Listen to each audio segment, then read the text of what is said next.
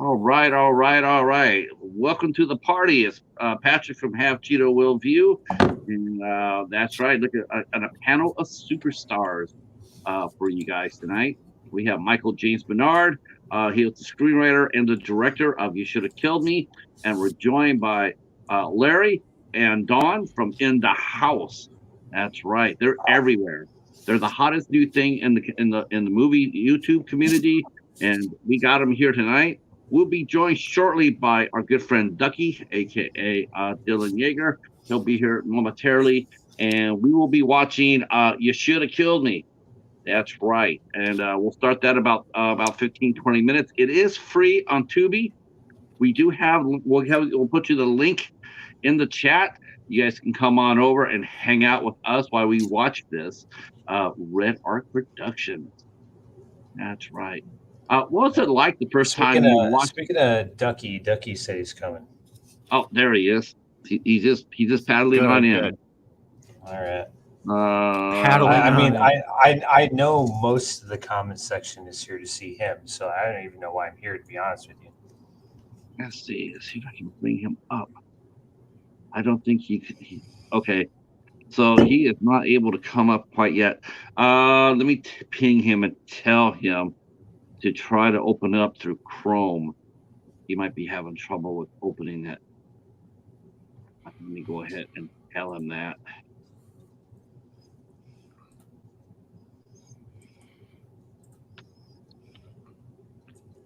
Nice to get settled in here. Let me All right. I just open it up with Chrome. That should probably help him out a little bit. I know that StreamYard can be a little bit fickle. And I'm going to be dropping the link to the movie in the chat so you guys all can hang out. Hey, what's up, Gizmo? Hell yeah. No, the film director just walked through the door. I love it when the directors come in. What's going on? I'm glad you guys are here. And there is the link to those who can want to watch it on Tubi. I just dropped the link right there. And as soon as we get Dylan in here, which we will right now.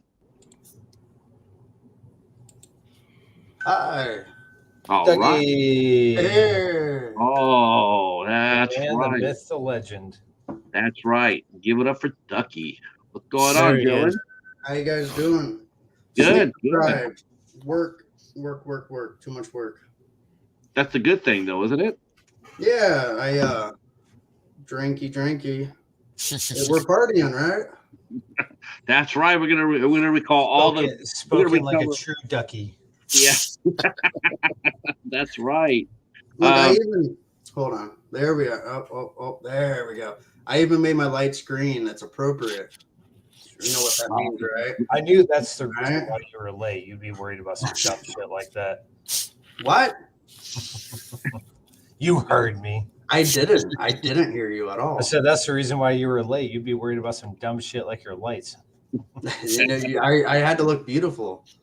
Well, you always look beautiful. You know. How did you guys meet anyway, Michael and Dylan? Tell us a story real quick about how you guys met. For You Should Have Killed Me. Dylan, you want to take this one? You want me to? How about you? Because I don't remember. Oh, okay. So I actually met Dylan through the Indie Social podcast back in the day, and I did an episode. I did an episode with them talking about a short film that I had done, but then also the what do you call it? The name for the project before it had the final name. So before it was You Should Have Killed Me, it was called The Dead Man Walking. And after meeting Dylan through that podcast, because he was one of the hosts of the Indie Social podcast, I kind of wrote the character Ducky for him and kind of reached out and was just like, hey, you want to play this character? And he was like, yeah, absolutely. And then, Ducky was one of those guys that showed up on set and reminded me of why I love making movies. He was one of those actors that every day on set was like a new thing. He was always bringing new people on the set. And everyone wanted to see what we were doing, and it was like you said, it was like a giant party every time we filmed, and that's one of the reasons why I like making movies. So he nailed his character, nailed the role, and I think as many of you who interviewed him saw in the film, he's a fantastic actor. So Yeah. Oh, you're a beautiful liar. No, I'm joking. This is No, this thank is you a for the kind words, this sir. is Actually, we really do got to I mention met how much you. we really do got to mention how fun this movie was and how really brilliantly it was cast. I mean, this movie is a hoot. I mean, the cast is perfect. It really is. I mean, you watch the movie throughout, and you just see how seamlessly you guys all work. There's no hiccups here. I mean, you know what I'm saying? There's like, the odd actor that maybe didn't fit their part. It doesn't really. There's nobody in this movie that follows that. It was like they're all handpicked, and what a great job. Now I know you had a casting director for this, though, right, Michael? Mhm. So you did it all by hand? That was special thanks once again to the Facebook group Iowa Film. Any roles that I hadn't previously wrote for individuals that I knew, I put a casting call out for, and everyone delivered. So I thought I saw that. I was gonna say I thought I saw that your assistant director, Becky. Does that sound right? Okay. She Brittany. had previously worked with the lead, Demian. Is that his name? Yeah. So Brittany Benedict and Brittany, thank Michael. Yeah, Brittany Benedict and Michael Huntington are like a power couple, and Damian Mancino is one of their actors that they work with all together. He actually auditioned for one of the first short films I had ever made, so I kind of had him always on my radar, but I just didn't have really a part for him until I made this feature. And so when I started writing the feature, I actually wrote the lead character specifically for him, and he was like down immediately. So. Well, yeah, he did a great job. That's why I had gone through and looked at everybody's previous credits and tried to figure out if I had seen them in anything before, or what else they had done, and then that's when I had kind of stumbled onto him doing short films that she had directed and stuff. So yeah, it's interesting. Yeah, Iowa, and that also answers. Go ahead. I was going to say I had the question of was there any other title, and it sounds like there was a previous title before. Yeah, initially in my stupid dumbass brain, I was like, oh, maybe if I just put "the" in front of the dead man walking, no one will pick up that it was a super famous Sean Penn movie. But I was mistaken, and so we ended up having to change it when we got picked up for distribution. So. Yeah, isn't that funny how that works? Like our titles are not, their titles are probably, they're not copyright protected. But I mean, but you don't want to be getting named. You don't want to name your movie after a famous movie, so you don't get caught up in the wash. How does that work? That titles are protected from that, but like scenes or dialogue or scripts. Why are they subject to scrutiny and sometimes lawsuits? But titles, you could use anybody's title. It's a good question. That's a question for probably the FCC. I'm just going to stand by my man, Quentin Tarantino, as far as everything else is good artists create, great artists steal. And so I feel like maybe stealing other people's ideas are sometimes beneficial. I try to, this is actually a good thing before we go into this, because maybe you guys might spot it. So obviously the guys that have seen it, which is everyone here because everyone's seen it, obviously Quentin Tarantino is like a big influence of mine. But I also kind of try to stick to your visual storytelling techniques. And let me give you an example to kind of show you guys where I'm coming from, Brad. So if me and Don were sitting at a coffee shop, right? We're getting ready to have coffee, right? You'd probably start with a wide shot, right? You want to establish the environment, establish where Don and I are at.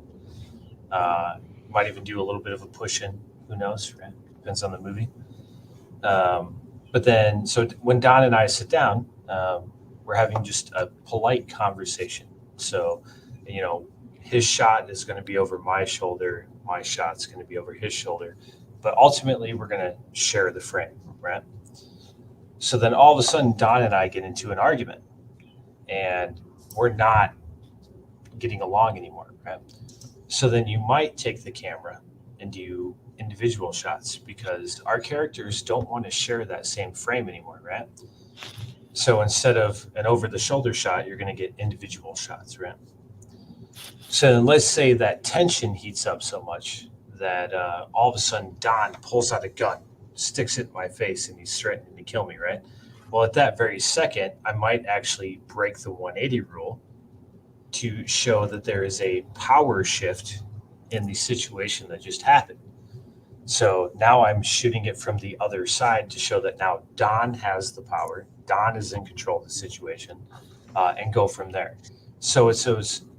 I try to abide by like those physical moving the camera story techniques, like visual storytelling. But obviously, with some of the stylized shots, like I'm very influenced by like Tarantino. But I mean, we could talk about visual storytelling all day long, right? So I mean, if you're going to use Dutch angles, generally your character is in an uncomfortable position or drunk. If you're going to do like exactly Don's catching my picking up what I'm throwing down. Like, I mean, if you're going to pull out on a subject and they're going to be small in the frame, generally it's like right after a breakup or someone dies in the family or like they get terrible news because you want them to make them feel as small as humanly possible. There's just creative ways to do that with the camera that I try to abide by. But yes, there are tons of directors that I'm very much influenced by. So, that is interesting. Now, to do more, I mean, as far as the dynamic, I never thought of the camera being used, so to speak, as a character in the film to help dissect the story or push it forward. Is that a common thing to see? Do we see that a lot in movies? I'm going to say yes. Depends on the director. Yeah, I'm going to say yes because I think there's still a lot of directors that abide by that rule. But I mean, I have seen like a lot of stuff in the last 2 years that like does not give a shit about visual storytelling. So it just depends on the director. And I'm not going to say the directors are bad for the ones that don't do that. They just don't do that. Right. It's just a technique. I mean, everybody has their own technique, right? Like can we all agree that like Armageddon, Pearl Harbor, Michael Bay is not the same thing as like Ambulance, Michael Bay, because Ambulance, Michael Bay was a complete clusterfuck of like handheld camera, and I absolutely hated it. But Armageddon is still one of the few movies that make me cry. So I mean, it just depends. Right. Yeah, I didn't. He produced he produced some really good movies. He had that one block where he did Con Air, The Rock, Armageddon. I mean, he was just like the biggest thing going on. It's like every time he teams up with Jerry Bruckheimer, he's great, but then any other time he's worthless. I don't know. The struggle. That's interesting. That is. I think Jerry Bruckheimer is probably that guy that like tells him no. Whereas, like, anytime he's on set by himself, he doesn't have that person that's like, "Hey, that's not a good idea," and then he just does whatever he wants. Now, I've often believed that. We're going to start the movie here real shortly. We'll start with about 10 minutes or so. But I believe in this. I believe in the same thing what you just said, Michael, with actors and directors. Like, I know there's some really good actors, but they tend to run roughshod over a director. Someone like a Tom Cruise or Ryan Reynolds or Vince Vaughn. We've seen that in their work where if you don't have a strong director, they just take over and it always is not good for it. It's not good for the film. When you have a really strong director that says, I don't want to put up with this bullshit. We're going to shoot the movie as I see it. And that's all there is to it. And you find out that they do really great work. Yeah. And I mean, one of my favorite lines, which does not apply to me at all because I'm not this kind of filmmaker, but Brad Pitt actually said it about Quentin Tarantino, which I thought was brilliant. So after they did Inglourious Basterds, Brad Pitt is famously for saying, "The set is church, the script is the Bible, Tarantino is God, and there's no heathens allowed." I am not like that. The way I see it is, yes, I wrote the screenplay, yes, I wrote the film, but to me, it's like I give my actors the foundation that they can build from. And I'm sure Dylan would be more than happy to elaborate on this. I've said it in multiple podcasts. All of the funny one-liners that are in the film, like you had mentioned when I first got on, is like, everybody loves Raymond. That was not in my script. That was Bryce improving and had a banger of a one-liner. I do that all the time with my actors. If I was an actor, I wouldn't be a director because I'd be in front of the camera. So yes, I write the foundations of my characters for my actors, but ultimately my actors are those people. So anytime they come to me with like a recommendation of like, hey, I don't think my character would say this, or hey, I don't think he would say this. Like, can I say this? I'm always like, yeah, like you're the character. You're Yeah, that's what I love about Michael is he gives us creative freedom, but he's not afraid to tell us if like it's not working. Because like I do ab lib a lot. I like to improvise, and I make that very clear with anyone I work with. And I don't know if this makes me a bad actor or a good actor, but like I need creative freedom in order to bring my character to life. If I'm like very much by the script, which I know a lot of directors prefer that. And so I make sure I ask all those questions before I even sign on for a film.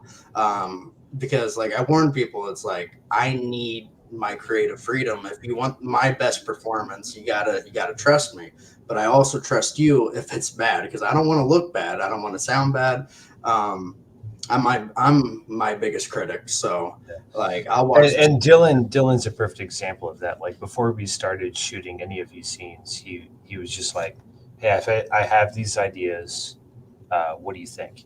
Some of them I was like, yeah, go for it. Others I was like, yeah, no, let's keep it to that. But my big thing is like, as long as you're pushing the story forward, I don't give a fuck what you say. Mm-hmm. And so as long as those guys are able to do what they have to do, and like I remember that scene, it's very early on in the movie where Damien first meets like Dylan's character Ducky and Bryce's character Kevin. Like when we showed up to that day, when we were getting set up, like Dylan, Bryce, and Damien all went outside and they were rehearsing lines.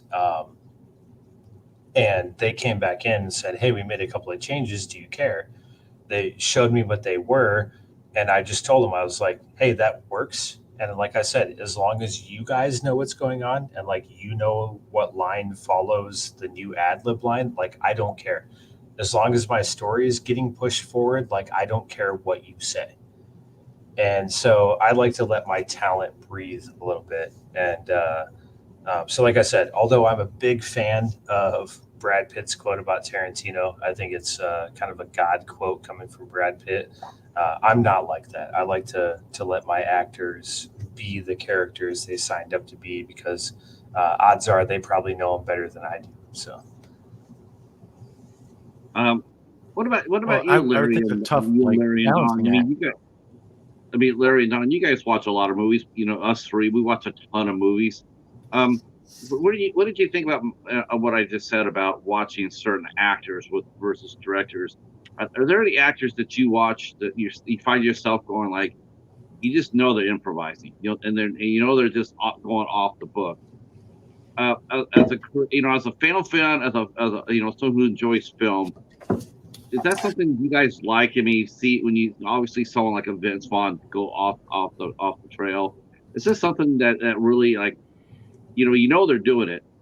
But does it ever take you out of the movie that when they do something like that, when they crack jokes maybe that really shouldn't have been there, or sort of out of place with the rest of the story? Do you ever find yourself going like, "Wow, that was weird," or is it just something that never crosses your mind as film fans? Don, you want to go first? Sure, why not? Well, I think most of the time, the people I associate with improving those folks are those movies are generally comedies. Like if I see Will Ferrell or somebody, it's like it seems like a lot of it was probably written by him or improv by him. But in a story like this, like I was just thinking when you guys were talking about, when Dylan in particular was talking about ad-libbing stuff, it's a fine line between trying to inhabit the character's role and, you know, say something that might feel natural to the character in that moment at that scene, but you also can't jerk around with the dialogue too much because some things are load-bearing walls. If you omit a sentence, it's like, oh, now the third act is broken because you left out an important piece of whatever for your little joke, you know? So you have to kind of like make sure you adhere to the screen to push the story forward, but you also need to live in the role of the character and feel like it's natural and you're not a robot regurgitating lines, you know? Yeah. Well, and that actually brings up a funny point. There's a part in the story where Ducky and Kevin are driving around, and Dylan, I actually, so what was funny is I had a version that we shot of Dylan remembering the name of his all-powerful joint in the actual movie, but the one that I ended up using was him coming up with it off the top of his head, and I liked it because I felt it was more natural to Ducky's character to come up with it off the top of his head than to be like, oh, I call it this, and then just spit it out. But yeah, initially the all-powerful joint, which was the tiger's milk and the do you remember the other one, Dylan? The I do golden not. shower or something or another. Yeah, he's like, I call it the golden bridesmaid shower, something. bridal shower or something. Yeah. It's coming off the top of my name. Yeah. So initially I took Crouching Tiger, Hidden Dragon, and I turned that movie title into a weed strand where it was like Crouching Tiger, Hidden Alien or something, or like, I can't remember exactly what he said. But like when he fucked it up, I actually was like, I liked that better. Like that seems more like Ducky not having a name for it and trying to come up with off the top of his head than like actually him saying it correctly, which I know he did because I remember getting a take of him saying the actual scripted part. But it was like, I liked the scene of him stumbling when Bryce is panicking, like, oh no, no, no, no. Like that seems more realistic than like him being like, oh yeah, by the way, I drugged you and I call it this. Like, I mean, like, Yeah, I guess I just gotta say nothing's harder than driving legally and trying to remember your lines and act at the same time. That was so difficult. That was like the hardest scene I've ever done in a movie. 'Cause I like, you know, I'm driving in a location I've never been in before, and I gotta act and remember these lines. and the only thing we had was like a pilot car in front of him, like doing all of the turns, and he just followed them. So that was the way we shot it. Yeah, it ended up great. All right, it is about 9:30. We'll go ahead and start the movie. It is for free on TUBI. I will drop it again one more time in the chat so you guys can all go see it, and then we will start. And this will be a commentary watch. So Michael and Ducky will be sharing. I like that, Ducky. So cool. Yeah. So, Ducky and Michael will be talking over the movie about certain parts, about the scenes and whatnot. And we will be stopping if we run across commercials, so you guys don't get left behind. All right, so here we go. Here's the link in case you want to join us. And Give us a countdown, Patrick. all right, give me a 3, give me a 2, give me a 1. Let's go. My very first question to you, Michael, was what was it like the first time when you saw Red Arc Productions on the screen for your feature film? I mean, what was it like? You know, do you remember the emotions you had when you saw it? I remember. So the first festival that this was ever in was the Cedar Rapids Independent Film Festival. And we ended up winning the, I have it. We ended up winning the gold pro-am trophy for that film festival. And I remember it just being so surreal because, like, obviously I grew up in the 90s. I'm a big fan of, like, of movies and everything going on like that. And so I guess, like, seeing it on the big screen for the first time, I was like, oh shit, like, this actually feels and looks like an actual movie. Like, I'm not just watching it on my computer monitor. And I don't know, it just felt more like realistic to me than being like, oh, this is like another one of my short films I'm just going to upload to YouTube or something like that. Like, I just felt like it had more weight when I was watching it. So, and Dylan was actually there the Friday night showing, and apparently that showing was it was like a packed house. Unfortunately, I couldn't make it Friday, but I was there Saturday. So, And I couldn't make it Saturday, so. Or, yeah, no, I don't think, I could make it Saturday. Sorry, I was reading the comments. Yeah, I was gonna say one of the big things I took away from this is like it's shot really well. Like I liked all the outer like the shots outside, and I mean it looks really good. I liked I think I had mentioned to Don before. I was like I liked the choice of the flashbacks were in black and white. I'm a sucker for black and white, but I mean that sort of stuff. I was like, wow, that's interesting. It's like, but I liked it a lot. I was like, wow, it's pretty cool. yeah, I appreciate that. Honestly, it has nothing to do with me. Everybody involved in the film are all brilliant filmmakers in their own right. And I just got lucky to put together like an A team of like the best people in Iowa at the right time. Perfect example is like now we're trying to cast for my next feature length film that we're shooting this year.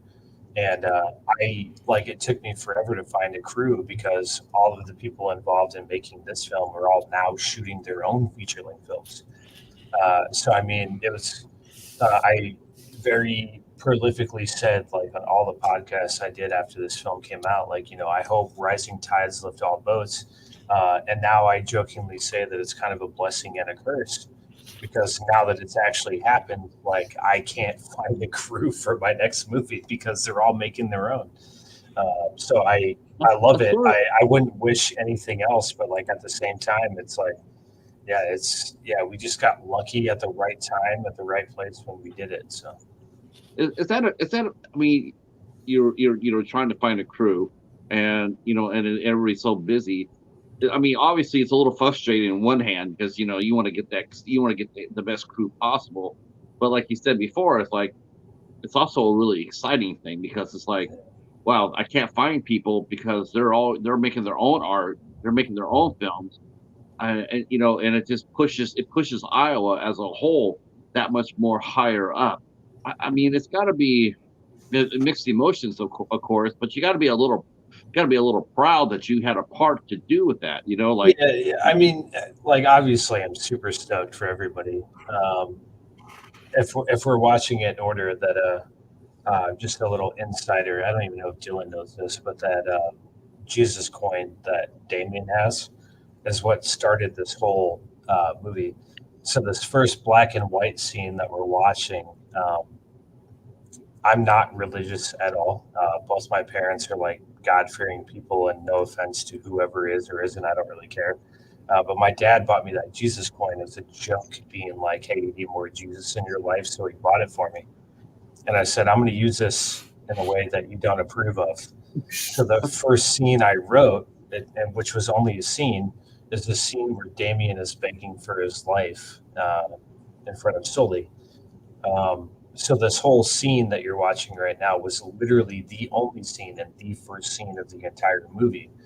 And then once I wrote this, that's when I had the dilemma of like, well, how did they get there? What happens afterwards? So I kind of wrote the entire film around the scene only because my dad bought me a Jesus coin as a joke. That's literally how this whole film started. But yeah, going back to the success of filmmakers, it's not a big deal. As long as I can continue to make the art that I want to make I don't care if people are doing their own thing. In fact, I try to help most of them.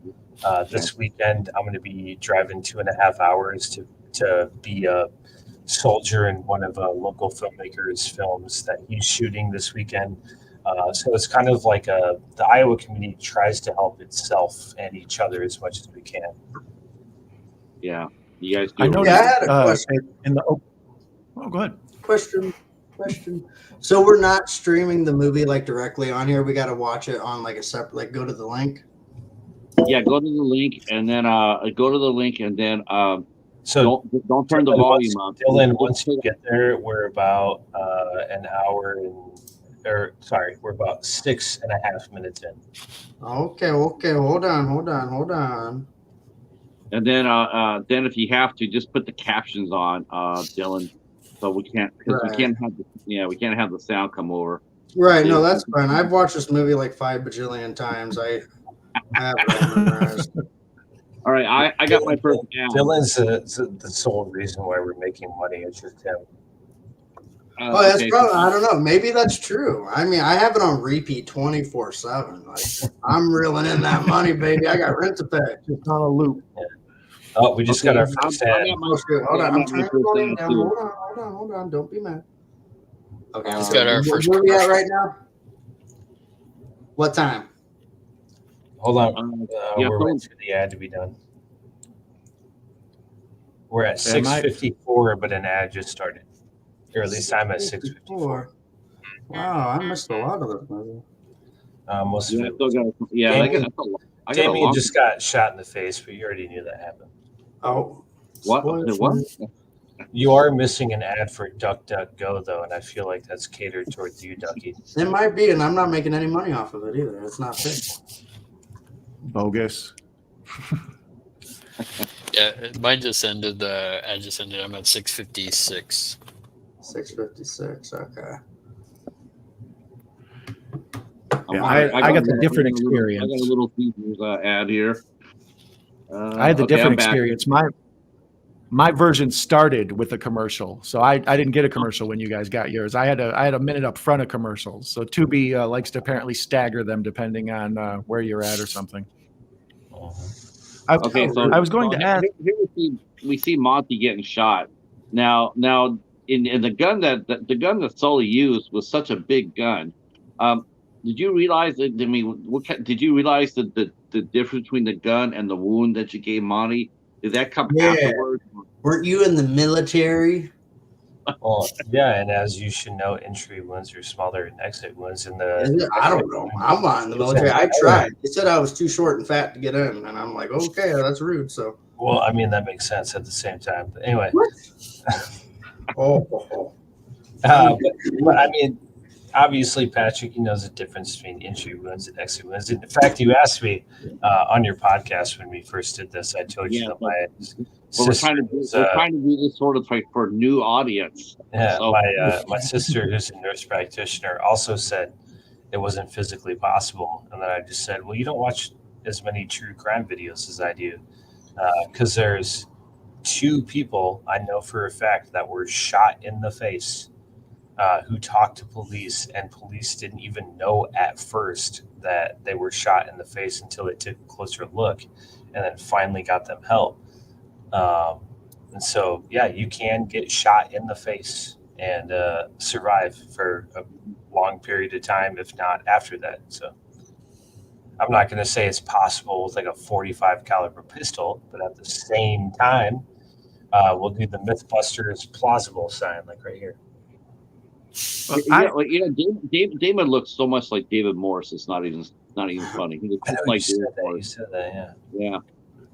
I'd kind of taken it that he survived the shot in the face almost because of the Jesus coin. You know, it was almost an act of a miracle. You know, he shouldn't be alive, but he had the lucky coin. It's his lucky coin. And when we get to the scene, I'll actually tell you one of my greatest mistakes of trying to save time. So I don't know if you guys are watching what I'm watching, but I just got to the part where I'm smoking the bong and I'm like, chugga, chugga, chugga, choo-choo. That actually came from a best friend of mine. We used to underage smoke tobacco out of a pipe. and he used to try to blow the biggest clouds out of with pipe tobacco. And he was like, chugga, chugga, chugga, chugga, choo, choo, all aboard the Cancer Express. Stuck with me all these years, so that's kind of where that came from. Nice. So a little fun piece of information about the movie that they're watching. So the vampire movie that they're watching is actually another short film that I did called The Entity. So in my feature-length film, my two stoner characters are actually making fun of an actual short film that I directed. Oh, nice. Nice. So it's kind of like a Michael Minard Inception in this scene, if you will. Actor director Jeff Clark Jr. just walked through the door, and he says, "Really good movie, enjoyed it." And the main character, Damien Mancino, Damien, was great. Nice makeup on the gunshot to the cheek too. So there you go. Yeah, it's actually kind of funny where I met my makeup artist. My college job when I was going to film school, I worked at Lowe's, just in lumber. So I sold wood for like 2.5 years. And there was a cashier there named Becca. And I had told Becca that I was a filmmaker, and she was like, "Oh, I experiment with like special effects makeup. You should see my stuff." So she sent me her Instagram, and literally this kid like came out of nowhere and was like doing some of the greatest shit I'd ever seen. But it was literally me running into her at Lowe's where we both worked. That now she's done all of my movies since pretty much day one. So That's awesome. I'm in awe of you guys' little film community over there. It's amazing. and actually, the first Halloween film festival that Indie Social did, we won Best Monster. And Dylan and Matt and Brittany gave us a trophy, and I actually gave it to her. And the picture we took together is her with the trophy in her Lowe's vest with like me putting an arm around her. That's actually how I heard of you for the first time. It wasn't the Indie Social Halloween Film Festival. It was actually when I created that COVID-19. You're behind that? Oh. Yeah, that was me. I started that. Oh, okay. Yeah. I didn't think it was going to get as big as it did. And everyone made better movies than me. Wake up success. Congratulations. Yeah, no, it was fun. Yeah. Michael, you submitted a film. And It was The Entity. It was The Entity, the one that you and Bryce are watching. Yeah. No. You submitted a movie for the COVID-19 thing. Remember, you had to film it like all by yourself. Yeah, I did. Do that. I really liked your. Yeah, I was mad because Rob beat me with this fucking dumpster fire song. Yeah, I know. I got second to a fucking viral video that had like 1 million views. I know. Did you see his new one you did with Caitlin Clark? Yeah. Yeah. That man's so famous. I'm so jealous of him. This is a great Mine just scene went right to a here. commercial. With Monty Yeah, confronting I'm you, and this is awesome. I was but gonna yeah, ask- no, that's why I really liked it. And I messaged him and I was like, please put me in a movie. And then, 2-3 years later, he put me in a movie. Yeah. So So I was living in a cardboard box until this movie. I'm seeing Fern and Eddie in a bathroom right now. Now, who is this? Who's That's this in the Who's this in the bathroom? Trying to. So this is Vern Coonfair. He actually plays. That's Jason one of the- Momoa. He Oh, wait, actually, no, I'm still watching an ad. Sorry. he actually plays one of the lead actors in my newest film right now, The Wicked Ways of Webster County. Good. This was actually Vern's first film ever. He got into it because of Damien. They trained at the same MMA gym and wanted to try it. And he's been addicted to acting ever since. I've put him in commercials for KWWL. He's been in some of my short films. He's great. Not today, motherfucker. Yeah. Oh. You guys are ahead of me, man. Kevin and Ducky scream. Where are you guys at? I don't see you, man. I'm at 1408. I'm at the same spot. 1408. All right. Well, now you're going to be behind. Monty- We're at Monty up there. 1417. I'm going to go at. No, that doesn't work. Click 1425 right now. Did Damon have a hard time? Did he have a hard time keeping a straight face when Bryce and Dylan were acting like that on the couch? No, No, he's too good of an actor. Damien's like a pretty serious individual. It takes a lot to like crack him up. Yeah. I'm trying this whole black and white flashback party sequence is kind of my homage to like Fear and Loathing in Las Vegas. So that's kind of like the influence behind that. So fisheye, kind of crazy. Everything's actually half speed, so everything was filmed at 4K at like 120 frames, and or 60 frames. We slowed it down to like 1080p at like 120 frames, so like everything's slow motion. Yeah, it's I just wanted that kind of like slow mo, like, kind of like motion of everything, and with the fisheye lens that we use. So yeah, that was kind of my homage to Fear and Loathing in Las Vegas. So Yeah, it was that whole entire bit was completely improvised too. You're like, you just guys started rolling the camera, and you're like, yeah, because do drugs right now and act like you're having fun. Yeah, because what I told them, I was like, as long as you guys give Maddie a chance to like say the 2 lines I need, like you guys can do whatever the fuck you want. That's what they did. Yeah, and there's that "Everyone Loves Raymond" line. That was all Kevin. Kevin asked me if he could say it, and I was like, "Holy shit, that's brilliant! Why didn't I think of that?" That made me laugh so hard. Especially when once we find out who Raymond really is, and it fits so well, you know. Yeah, that's a great. Yeah, I also can't not do this, but when Damien goes, "Careful with the bleach on the hardwood," and he goes, like, I for some reason have to blink with him every time he does it. I think it's like some PTSD I carry over from like editing this film, but like every time he does it, I'm always like I don't know, but yeah, Damon really did a nice job here. He really did. Yeah, he kind of came out of nowhere too, didn't he? I can't remember the exact story, but the director of photography, cinematographer, Michael Huntington, they casted him in wasn't it like a 48-hour film festival? Like they met him through like Amanda Bean, the actress. I thought they put him in like some zombie movie that you guys shot after the derecho. Oh yeah, maybe that was the first movie. I don't know. They met him through somebody, and yeah, he stuck around. He's still doing things. Doing very big things. He's also a really good director in his own right. I tried fighting him once. True story. He kicked my ass. I thought I could take him too.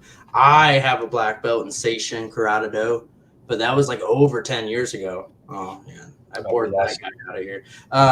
We lost and then he does his mixed martial arts. I was overly confident. He kicked my ass. Before this transition actually to Jameson's, I'm gonna mute myself and stop my camera periodically because I'm just gonna use the restroom real fast. Okay, we can put it unless you want us to pause once the commercial's over, so we're all on the same page. Because I got a commercial right now. So, Hey, what did you do? I was trapped in the Phantom Zone. You'll have to forgive me. I'm out. not the Superman 4 Phantom Zone, I hope. So we'll stop that. After this commercial break, we're gonna take a brief go to the bathroom / hang out.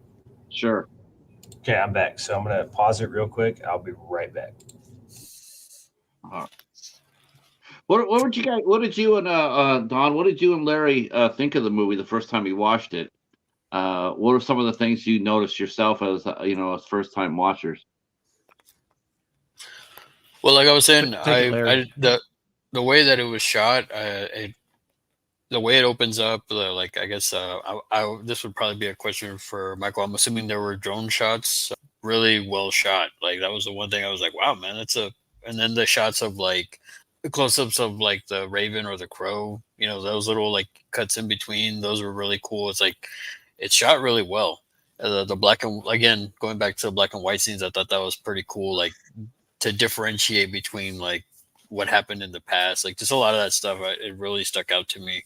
The guy that plays Sully, like he plays a great douchebag. I couldn't wait for him to get his comeuppance.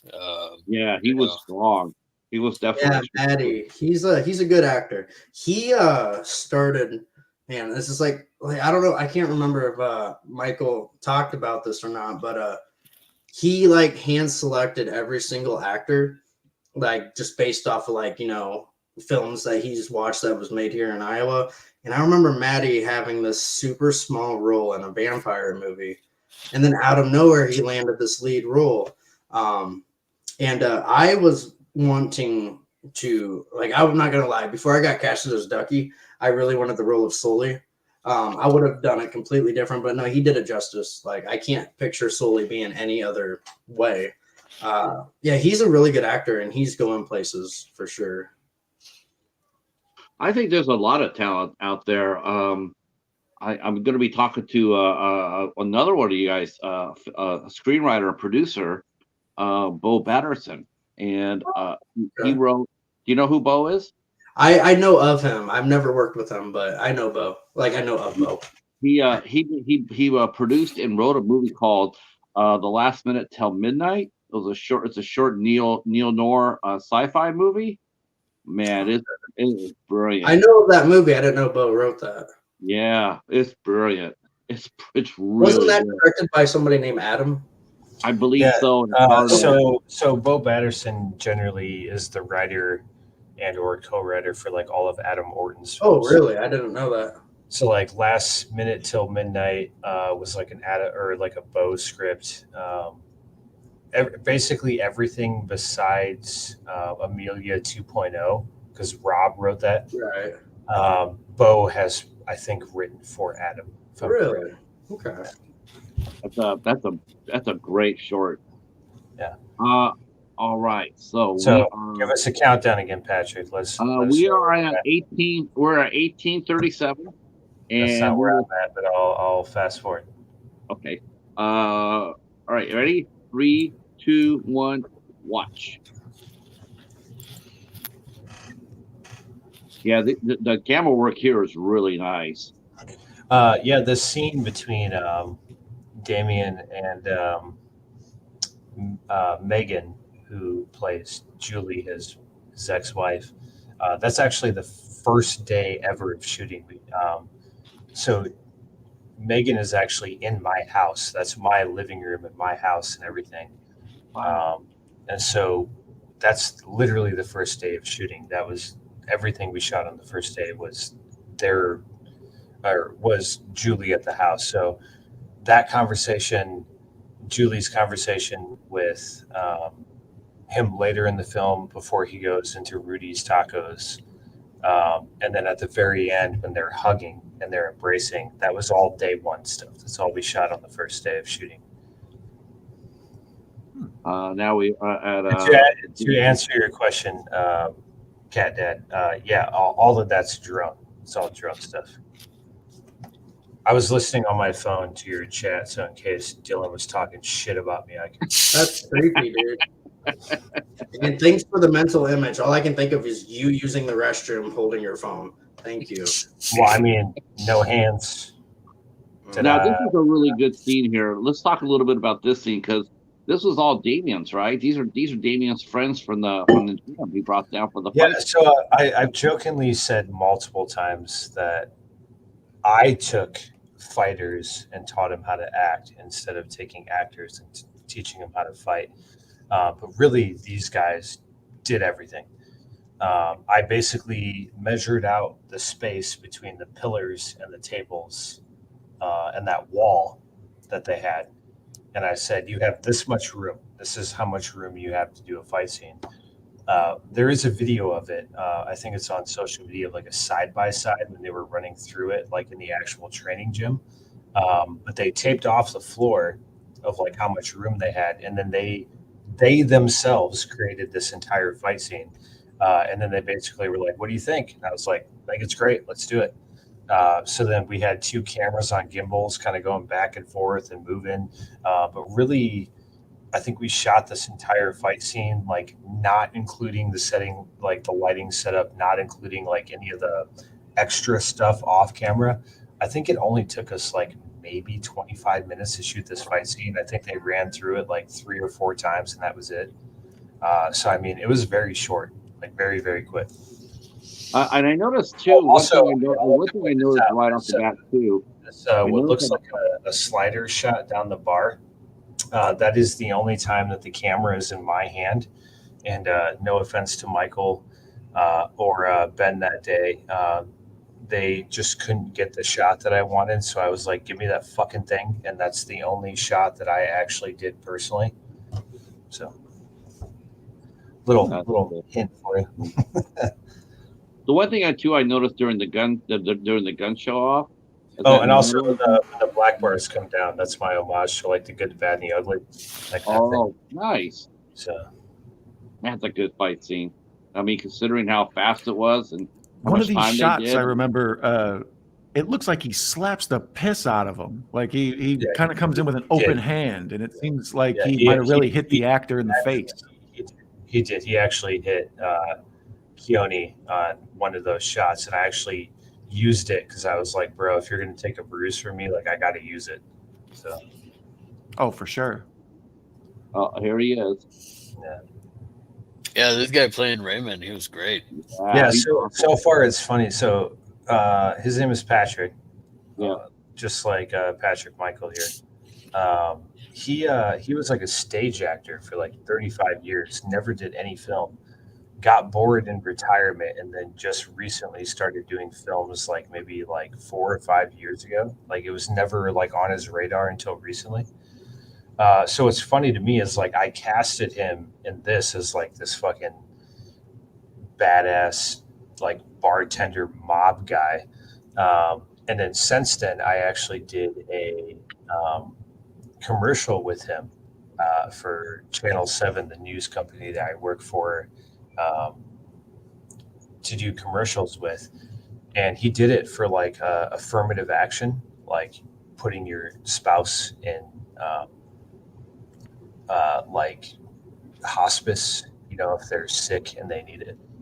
And he, like, all the ladies absolutely loved him. He drove like 3 hours to do the commercial. I tried to pay him and he wouldn't allow me to pay him because his first wife respectfully actually like passed away under the same circumstances as like affirmative action, or not affirmative action. What is the term I'm looking for? It sounds bad, but he was like, I'm not going to accept payment. He's like, I think this is a great cause. He's like, I was in hospice with my first wife who passed away of cancer. Like, I want to do this for free. And it's so weird because he plays such a fucking badass in this film and like such a dickhead. But in reality, he's like the nicest guy I've ever met in my entire life. Sure. Like, I know they say Tom Hanks is like America's dad. Like, Patrick might as well be like America's grandpa. Like, he's fucking fantastic. I'm at a commercial right now. Yeah, me too. So I got 2402. 2402 is where we're at. I'm at 2441, so I'll pause it and wait it for you guys. Yep. I'm at the same 2441. But no, yeah, he's definitely, I mean, I would have worked with him. I actually showed the ladies that were there for that hospice shoot. And I was like, hey, can you imagine Patrick being like this? And like they watched it and they were like, oh my God, I can't believe it's the same person. That's crazy. So it's pretty funny. No, I thought Where you guys at now? Patrick. So I paused. I'm on a at commercial. 24. Yeah, I still got a commercial too. When you guys are done with your Yeah, I'm on commercial, the let me know when you're at 24:44 and I'll unpause it. Yeah, it's a little long Yeah, I commercial, thought too. the standout people that jumped off the screen at me in watching this were Patrick, Dylan. I was happy that Ducky was going to be here with us because he jumps off the screen. He's memorable. I think people who see this will remember Dylan. And Dylan, Patrick. I thought the lead, Damien.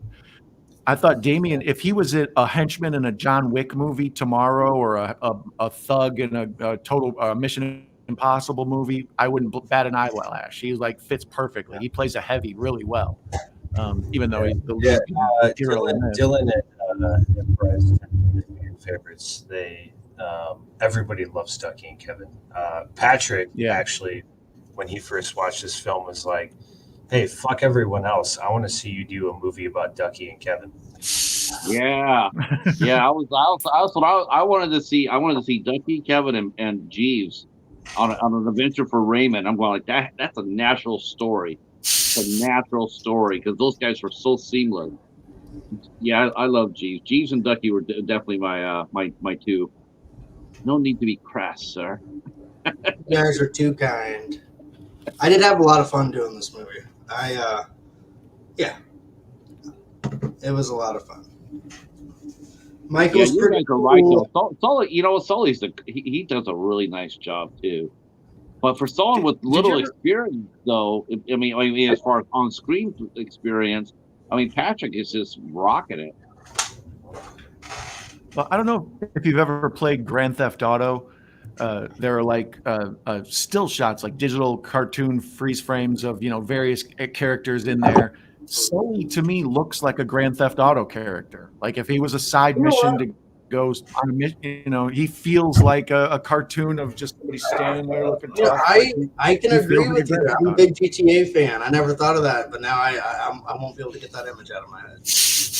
Yeah, just like sitting on a lowrider, looking all distinguished. I could see it. He feels I literally just want to call Maddie this like side character now. Like I want that to be his new nickname. Just like, yo, what's up, side character? Yeah, you go see him, and he sends you on a mission to go rob something for his cousin or whatever, and you got to do it in less than 2 minutes or whatever. Right. Also, with Sully, I noticed in the beginning, in the party scene, he's got the Ving Rhames and Pulp Fiction intro kind of with his back to the camera, and you can see there's like dots on his neck. Yeah, and so it reminded me. So what was funny is I regret this because I didn't notice it at the time, but I was like, I should have totally had him wear a Band-Aid there like Ving Rhames does in Pulp Fiction, because that would have been fantastic. But no, that line that he says, that's another homage to The Good, the Bad, and the Ugly, because the camera's kind of pushing in and then it zooms in on his face and he goes, "Are you feeling Ducky, punks?" So that was just another homage to, like, this, literally this whole movie, I think I've explained it multiple times. Like, I grew up during the 90s, which people consider to be like the renaissance of cinema. And so like this whole movie is kind of like an homage to like my favorite movies. So like if you're a big fan of like 90s cinema or just like really good classic cinema, like you're probably like this movie. If you're looking for like a modern day shoot 'em up, like constant action, then this movie's probably not for you. And that's kind of usually what I say. Earlier, Patrick had asked what Larry and I's first opinion was. That was actually what I had told the Horror Cat Dad, is this feels like a throwback 90s film. It's dialogue driven. It's a mix up of Tarantino, a little bit of Kevin Smith, whatever. But there are a bunch of things in there that are homage and make me think of 90s films. Even the part where they wrap the body up in the rug and the guy's like, "Didn't you used to have a rug here?" Like I felt Lebowski vibes, there's like just various little pinches here and there. The final scene, if you can't watch the final scene and think of Pulp Fiction, I don't know what you're watching. The last scene of the movie is totally Pulp Fiction, homage. You give a lot of tips of the cap to various things that inspired the film, I noticed. Yeah, and when we get to that final scene, I actually have a small little story about myself and Dylan on that final scene. It's pretty great. We'll get there. Is everybody at 2444? Chat, everybody there? Let's see. I'm at 20. I'm at 2850. How'd you get? I'm at 2750. Holy shit! Where are you guys at? Where are you guys? We're all over the place. Okay, everybody, go to 28 minutes. Okay, 28 minutes. Yeah, and 3, 2, 1. Okay. Yeah, Raymond and Amadi are squaring off. You can see the This you is can actually tell by the actually- dialogue. This is actually, Go ahead. I was going to say, this is actually a perfect example. I get in trouble all the time for breaking the 180 rule, but I love to do it. So when Patrick is holding that pistol, we actually shot it from the other side. And then when Damien turns and snatches the gun, we shoot it from the other side to show that change in power. Right, you mentioned that earlier, so this is a good example of that of what you thought we're talking about. Yeah. Wow. Now this is actually on this bar is an actual working bar as well. Yeah. It's one of my hubs. I might even end up there later after this. You never know. They need a bar like this where I live. Is there some connection to Jameson? I noticed the pub is called Jameson's, and then later on when they have the whiskey, they specifically choose Jameson's. Yeah, no, there's no connection to like the Jameson's whiskey, but it is an Irish pub. It's an Irish bar. And there's something that Waterloo, Iowa does every year called Irish Fest. Like 60,000 people show up. Wow. And this is kind of like where it started, is out of this pub. My picture was hung up on the wall in there for a short time. It's not a sad story because I know the new owner and I know he's going to take care of it, but it actually recently changed owners. So like the original owner doesn't own it anymore. He kind of cleaned up the place a little bit, took some of the artwork off the wall. My picture got replaced, not a big deal. And he still said, he was like, I'll let you film here whenever you want. But it's, I don't know, it doesn't have that magic anymore. I don't know. It's weird. Like, it hasn't really changed that much, but like, it just doesn't quite have that magic anymore that I liked about it. So. See with Raymond, you know how he's just wearing like t-shirt jeans, you know? It's like I can also see him like wearing a suit and being like a total like just being a total boss, you know what I mean? Yeah. Like he's just so good. He kind of does later in the movie. I think he has a jacket on. Right. It's just like it's just weird to like when you first see him coming in, you see him like, you know, that's why it's like, okay, well he's a bartender, a tough bartender, right? But then like you can totally see him at this point if you hadn't seen the movie, you can still see him being like he just has that look, that charisma, you know.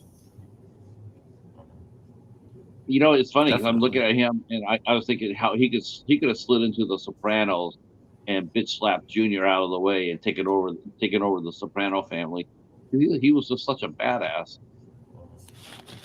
Yeah, I was telling Don when after we both first watched this. This is that's also one of my favorite shots too. Is behind him. It says, "This is our story, a journey of hope." Yeah, I noticed that. Like, yeah, it just fits so like perfectly for like what the movie is, you know. definitely. Where are you guys at now? I feel like I'm ahead of you. 3116. Jameson's. I'm at 31. I just got an ad at 3122. I just got an I'm ad at to 3121. Oh, here we go. Okay, I'm at 3124 and no ad. So eat it, suckers. Oh, sorry. I mean, theoretically, I don't need to watch this Ducky movie. and Bryce are having Kevin are having a hard time here. I just want to get back to Ducky and Kevin, man. This next scene with them trying to get rid of the body and then driving is like one of my favorite scenes. So I'm back. I'm back at 3128. Okay, I'm at Same. okay, yeah, same here. 3141. Dylan, you still good? Yep, I'm good. Yeah, they're rolling the body up in the carpet. Well, now what was in the carpet? What did you use for the body? That's actually Vern. Vern's in the carpet. Yeah. Oh wow! Now was he talking to you? Man, this is a low budget movie, Patrick. You think we can afford like a cadaver? Yeah. No, that's Vern. He got really sweaty. I remember there was multiple times we had to stop filming and give him some water because he was like drenched in sweat. Yeah, Vern literally laid in a rug. Yes, there was AC in the house, but he still laid in that rug for like, I don't know, 30 minutes to an hour when the outside temperature was like 98, 100 degrees. No AC running because you can't have that noise, you know. I mean, we did have an AC running in the house, but yeah, it was wild. Oh man, Yeah, I don't know if you guys can tell the necklace I'm wearing, since I'm the witch doctor before I become the warlock doctor. Warlock. It's Thor's Thank you. hammer.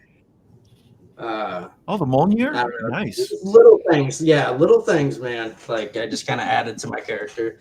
Like so, he's in the paganism.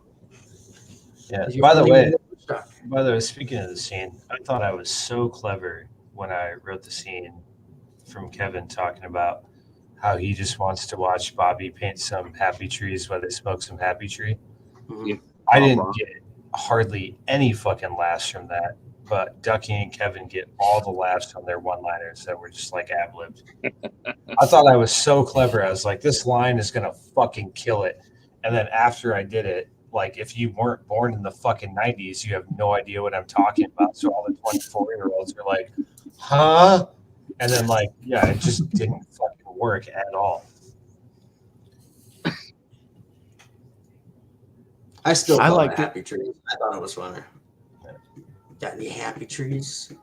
I still like the Yeah, talk about the smoking rug. happy trees. Yeah. See, like when you're rolling him up, when y'all are rolling him up, it reminded me. It gave me vibes of like, what was it? Sorry, I got a siren behind me, by the way. It reminded me of a What'd you couple things. do? It reminded me of that scene in Pulp Fiction where Bonnie comes in and they're holding the body in the in like the sheets, and it also reminded me from Snatch when they're like, "He's like, I create the bodies. I don't get rid of the bodies." The pig farmer. Well, Yeah, we're about ready to meet the other party into this movie. Well, I thought it was funny that these two stoners are rolling this guy up like a big joint. Yeah, I thought that Right? too. I didn't even think Yeah. about that, but I like it. I like That's it. funny. Yeah, I didn't think of that either. Yeah.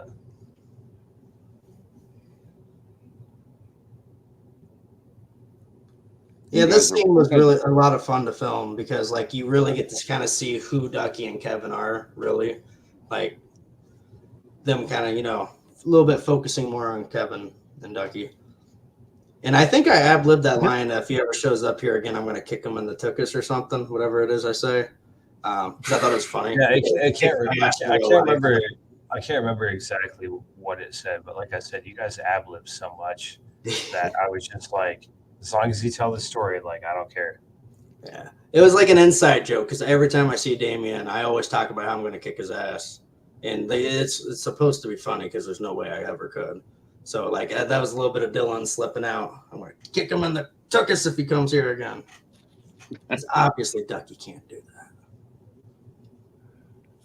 Dylan, is that your real hair or is that a wig or what's the deal with the I blonde? grew it out and bleached it blonde for the movie. Nice. Okay, because I saw some of your headshots. You normally have dark hair, so that's why I was Yeah. wondering if it was a wig or if it was dyed or. That's right now, man. But yeah, this is my all natural. That works. Here's that tiger's milk. Imagine Starfighter and tiger milk. Oh boy.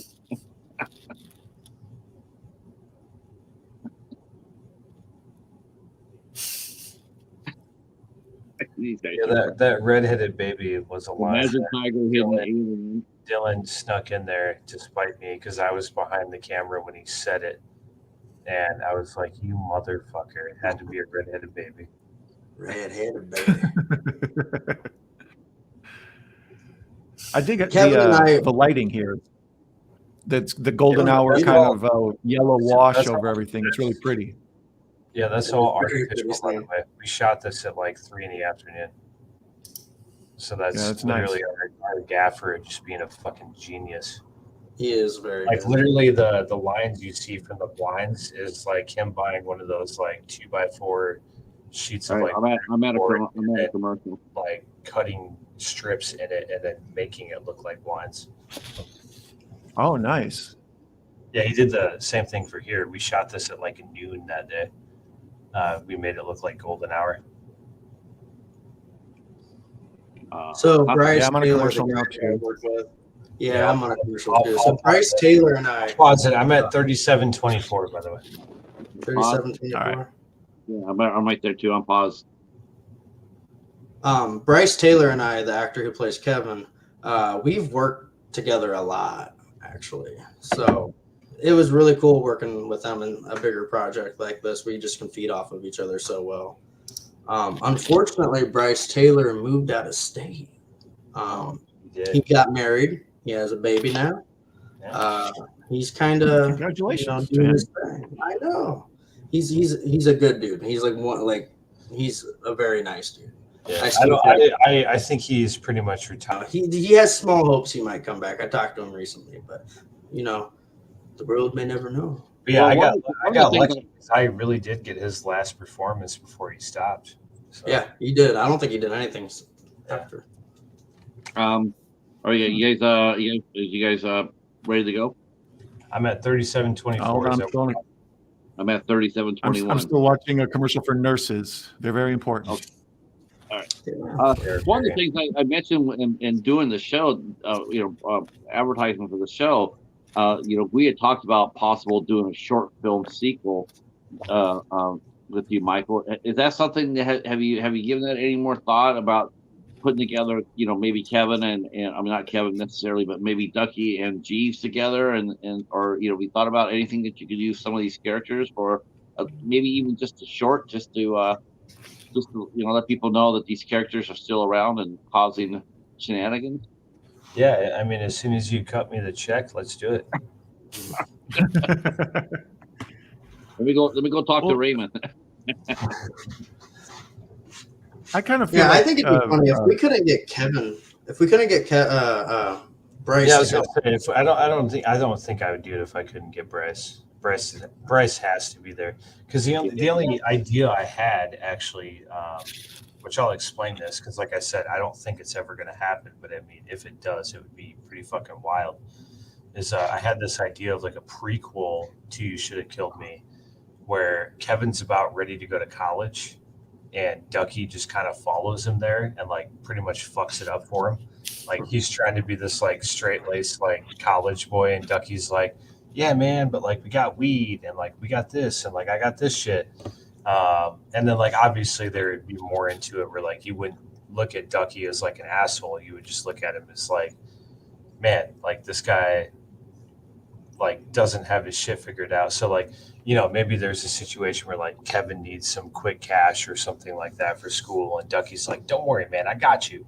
And then like he ends up like messing up a deal or something with like a drug lord. You find out the drug lord is like Raymond or whatever, and then like he sends Jeeves out initially to like fix the situation, and then that's how like Ducky knows Jeeves. He's like, oh man, please don't tell me you're gonna send that British like butler again. Like I'll do whatever you want, but like that's how he knows him, is initially like when this like whole deal got fucked up. So then basically what it'd be, it was almost be like a prequel, but it'd also be like an origin story of like how Ducky and Kevin know each other kind of thing. Right. What if we make a sequel? I love that. Have you ever seen those George of the Jungle movies where like it's obvious it's a different actor playing George? The Brendan Fraser what if one? we had a different actor play Kevin and it's completely obvious it's not Bryce? And we just make that the joke the whole time. Like, you look so different, dude. It must be the drugs. I don't know.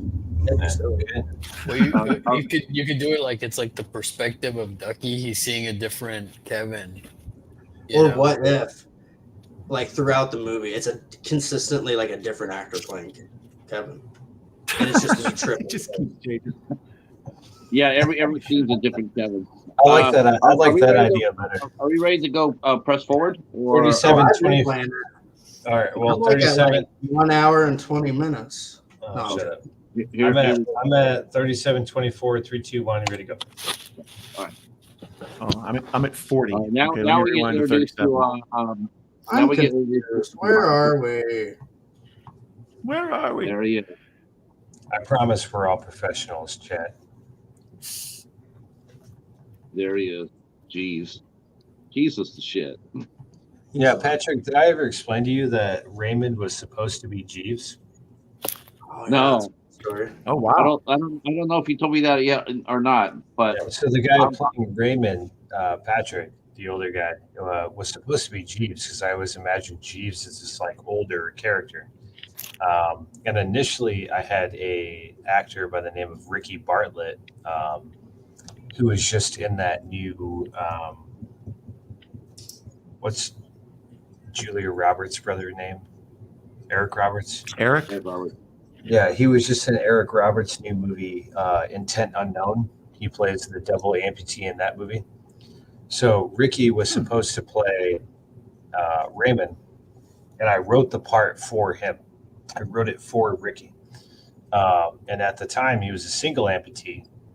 And then literally having the best excuse ever not to do a movie, they ended up finding the same bone disease in his other leg.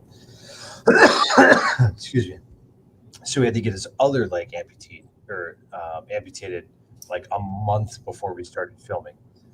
And he was like, I'm sorry, like I can't do it for obvious reasons. And so I ended up asking Patrick short notice, like, hey, do you think you could play this other role, get more screen time, and I'll try to find a fill-in actor to play Jeeves. And then literally Rob was in my first short film ever, and he's kind of like my Mr. Dependable, if you will. So when I brought it up to Rob, Rob was just like, yeah, sure, I'll do it. And so like, but originally like Raymond was supposed to play Jeeves. Rob was never in the movie.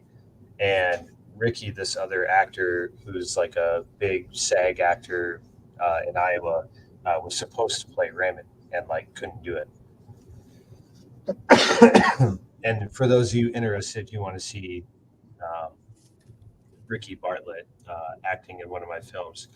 If you go to Red Arc Productions page and you watch the short film Closing Shop, he is also a double amputee in that film as well. He did that short film for us after we wrapped on You Should Have Killed Me. And he's great. He really is. He's another actor. Iowa Nice is legit. Like everybody is so nice. Like in the film, well, almost everybody. I am dropping the link to Red Art Productions in the chat for those watching the replay. If you want to go over there and give it a visit and a sub, that would be awesome.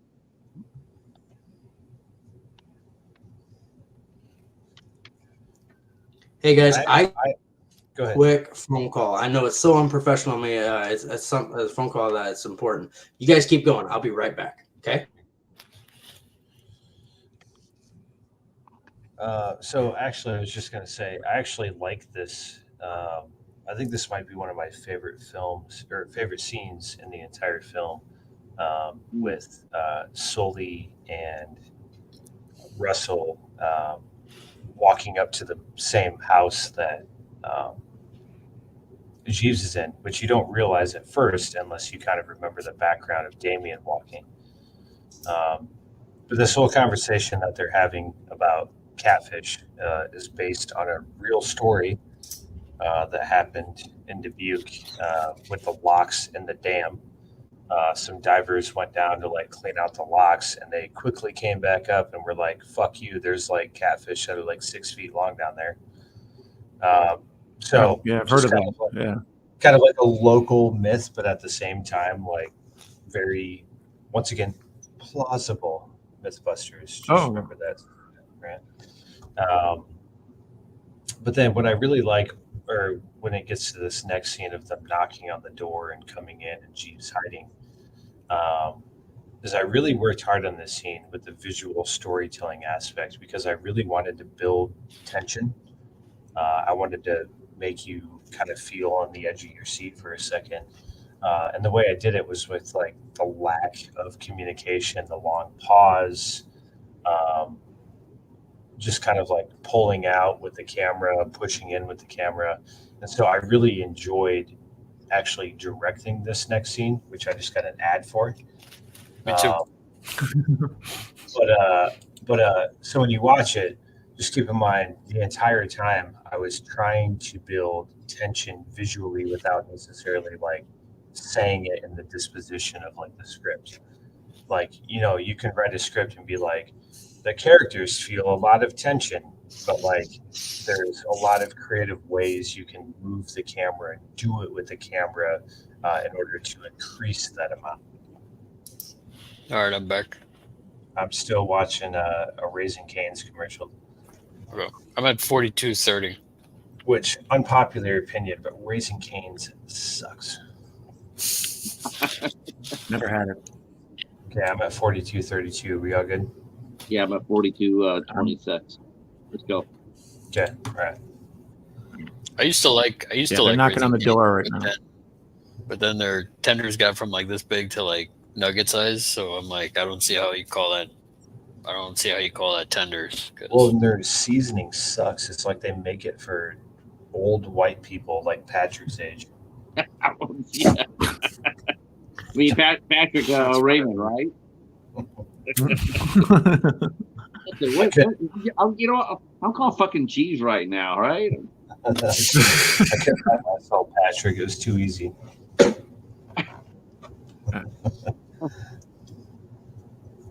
Now, whose house is this still? Now, was the house that Ducky and Kevin in? Was that also your house as well? No, so this is actually a house of what used to be the original prime time anchor of KWWL. He was on like the noon, 5 and 6 o'clock news. His name was Colin Dorsey. Now he's out in Cincinnati. Oh, okay. So WKRP. I think so. Yeah. Yeah, I've heard of it. I swear to God, I thought turkeys could fly. Yeah. So this whole part, I wanted like just a lot of long pauses before Russell came back.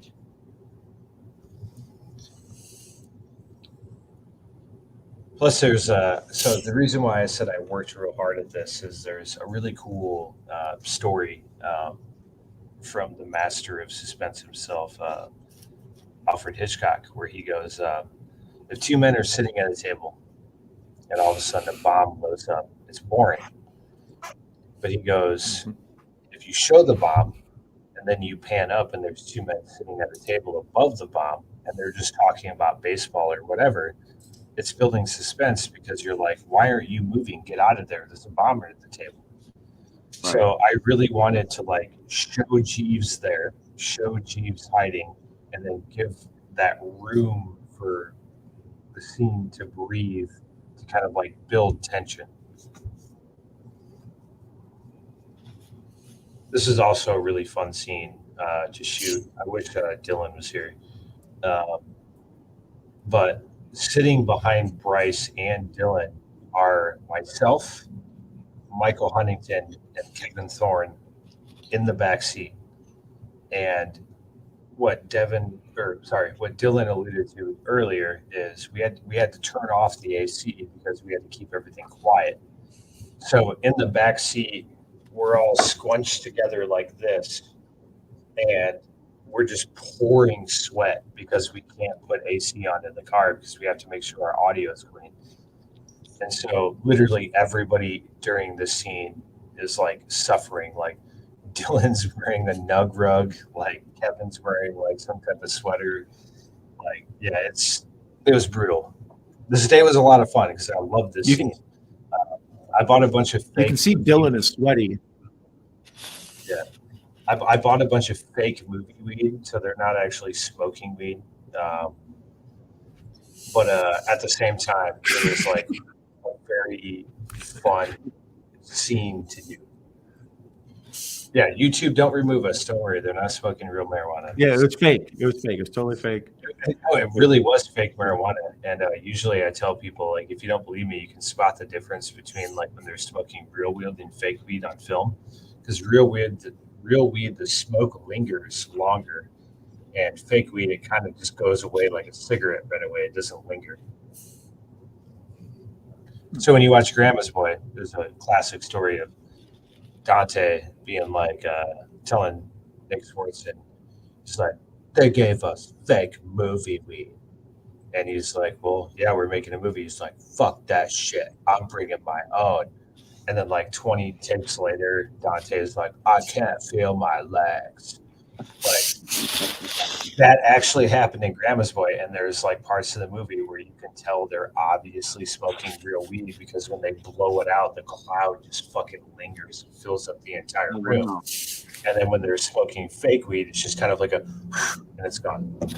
Oh, okay.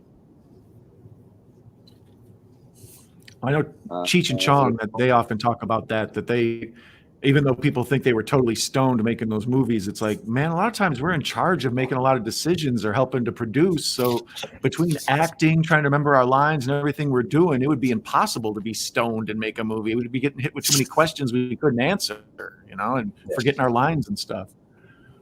Yeah, so the way they do it is kind of creative. I've never heard of this before. So, like, fake movie marijuana is actually marijuana, but it's just the flower. It's not actually the bud. So, like, it smells the same, okay. It looks the same, reacts the same, it tastes the same, but like, you're just not getting those side effects. Which also, funny you should bring up, like Cheech and Chong, is a lot of people compare Ducky and Kevin to Cheech and Chong, and like I didn't do that. Really, what they were influenced by were more so like Pineapple Express. Like, I really love the relationship between like James Franco and Seth Rogen. Yeah. I thought they were kind of I don't know, a tip off to all of them throughout time. Like I said, there's a Jay and Silent Bob, Cheech and Chong, even a little bit of remember Badger and Skinny Pete from Breaking Bad. Like they have that dynamic. Like they're just sort of fun guys you want to hang out with. But I think from a storytelling aspect, there's all these gangsters doing gangster stuff, and every now and then, we cut away to a funny sort of tension relieving goofiness, and then we can get back to the tension, and it takes the air out of the balloon, so you can keep refilling it over and over again. Yeah, that was another. But the part where they eat the weed is Cheech and Chong-ish, I think. But that's everybody though. They're character types, archetypes. Yeah. So that Jesus coin is the coin that my dad gave me, like I said, that started it all. Sorry about that, guys.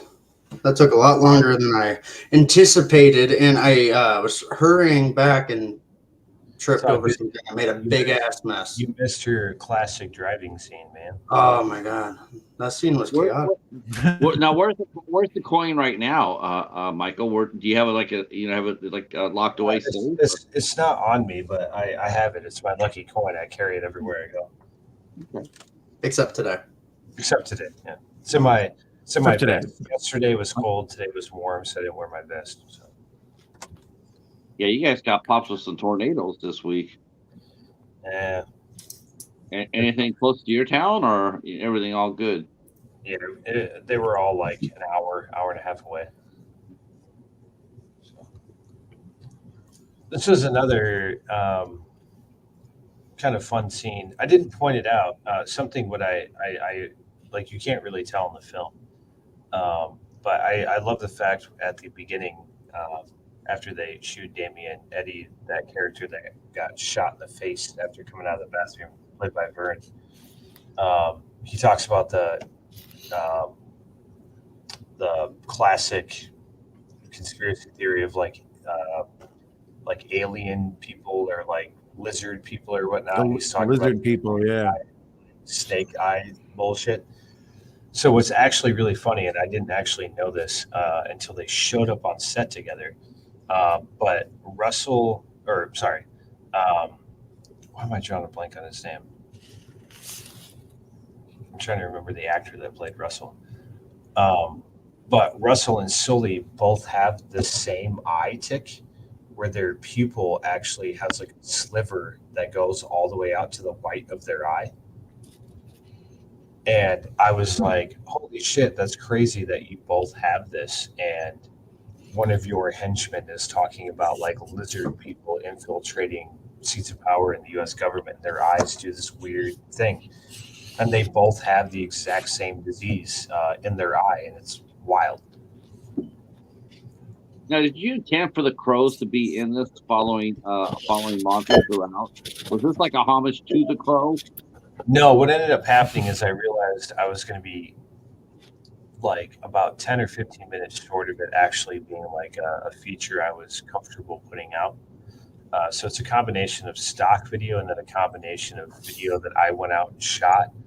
And what I liked about it was going back to the Crow movies. It's like that Crow's kind of already like always following Bruce Lee or Brandon Lee. And it kind of just like shows his appearance or like kind of like, oh shit, like danger's coming. So what I really liked about that last scene is like Damien's there, and like there's a crow on the power line. Another crow comes up and kicks him off when Jeeves shows up. And what I like about that is, spoiler alert for those who don't know, is Jeeves, we'll put it this way, isn't necessarily on Damien's side. And so when he kicks kind of Damien's crow out of the way, it's kind of almost showing like the same thing as like breaking the 180 rule. It's like Damien is not in charge anymore. Like there's more going on. And so I really love that shot. That's an interesting way to think about it. Now that you say it like that, like seeing that scene, it's like it's sort of like foreshadowing. Like, okay, I'm, like he comes in, like it's Jeeves now in control. You know. You don't need to be. I got another ad, but I got an ad too. There it is. That's the line. There's no need to be crass, sir. I love it. Okay, I'm on a commercial. Yeah, so am I. I'm at 5306, but I'm on commercial right now. I don't know if you, yeah, I'm at 5305 too. Close enough. Perfect. Dylan, you caught up? I'm getting there. I wasn't sure where we were at, so thank you. 5305, my man. Okie dokie. Yeah, I'm at 5305 as well, but no commercials. I'll pause it. Hello, everybody. They're at the taco place. Hello, Jamie. Hello, Kevin. Hey, what up? And Kevin Shepard. Hello, how are you? This film gave some of the amazing talent Iowa has to offer a platform to really shine in front and behind the camera. I agree with that, Kevin. This is a great showcase. Kevin, I'm unpaused. Everybody at 5306 ish, somewhere there. Kevin Shepard is a really good screenplay writer in his own right. He runs, I don't want to mess this up, so correct me if I'm wrong, Dylan, like Dojo Films or Dojo Low Films or something like that. I never knew how to pronounce it, to be quite honest. Kevin, put it in the chat, man. But he's a very good screenplay writer, and then he's also like written a lot of the films that like Century Films and like Mediaverse have done. He's generally like the go-to screenplay writer guy for them. So Kevin Shepard is another Iowa talent. So yeah, Dojo Low Films. Okay. Yeah, shout out to Kevin Shepard. He's great. In fact, Patrick, you actually should get him in on the podcast. I won't go into details because it's not. I won't go into details because it's not my business. But let's just say that Kevin had a really hard year last year, and his story about how he overcame that is pretty inspiring. That's all I'll say. I'll be more than happy to talk to him. We're at 5316. Are we continuing or are we still frozen? I'm at 5425. Okay, I'll catch up. Yeah, that's where I'm at too. Yeah, welcome in, everybody. Oh, also, I want to point out because I get this question a lot. So the idea I came up with, like the color grade of everything. If you notice that when Damien first wakes up from being shot in the face, everything's like very like cold. So basically what I wanted to do with the color grade is almost have like a game of hot and cold between him and Sully. So if you notice now that he's finally found Sully, he's finally got what he wants. Everything is just red. And that's like not only because of the environment, like if you go to the lava lounge, it's bright red everywhere. But it also kind of shows like, you know, he was playing like hot and cold the entire time. Like he goes to Jameson's and, you know, Raymond's like, yeah, you're cold, man. He's already out of here. And then like he goes back to Ducky and Ducky's like, hey, man, you're cold. You got to get out of here. But as he gets closer and closer to Sully, it's like, hey, hotter, red hot, hot. And so that's kind of what we did with the color grade. So that's why everything's kind of washed in red right now.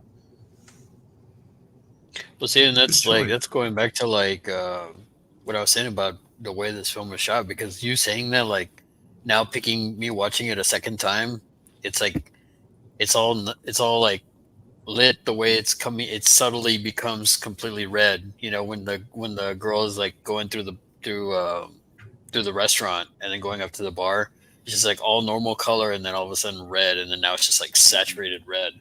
It's like you saying that, pointing it out, I'm like, oh man, I didn't even realize that, and it's just like now it's just like you said, it's just like red hot right now.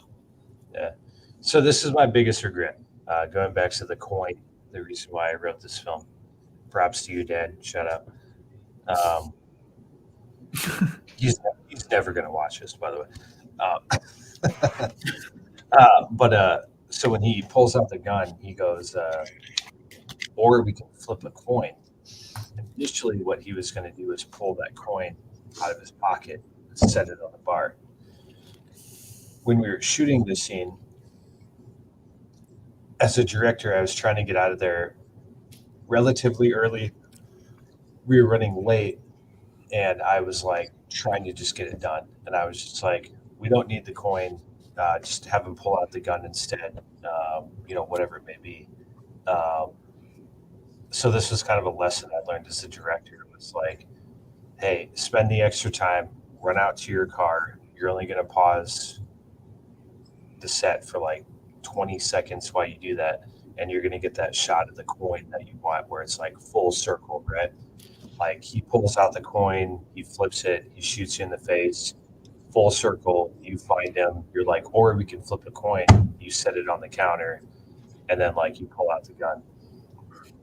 But because I was trying to save time, get everyone out of there, and I had forgot the coin in my car, it's like, hey, I forgot it in my car, don't worry about it, let's just keep going. But after watching it, I was like, fuck, I really wish I would have had that little full circle moment of like the coin kind of reaching that end point for like the payoff. And like that was just a decision I made in the moment. And that was one of my regrets for that scene, is that I didn't have him pull that coin out and put it on the bar. And that is no one else's fault but mine. It may have helped, but I don't think it missed that much. I mean, it makes you feel better. The coin has shown so much. Yeah.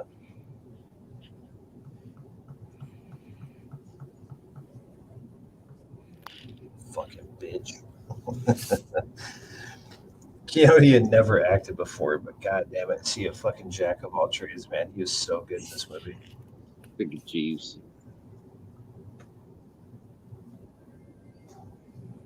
Looking dapper too.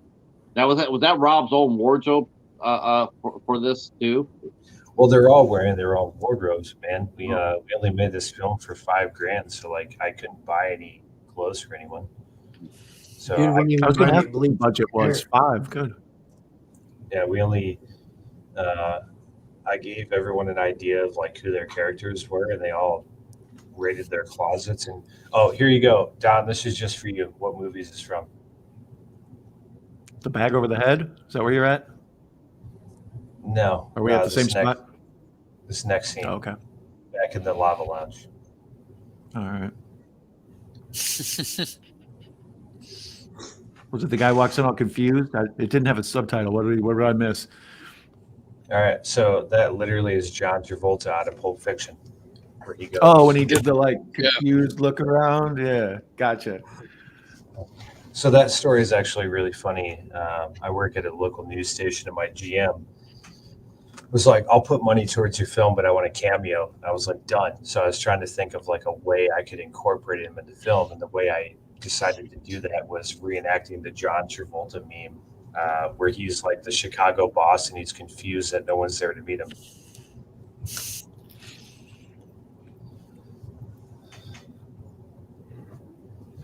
Oh, by the way, a little bit of piece of information for you, Patrick, on when you see like the animated stuff from Bryce Tripping, all of that animated stuff was hand drawn by Bo Batterson.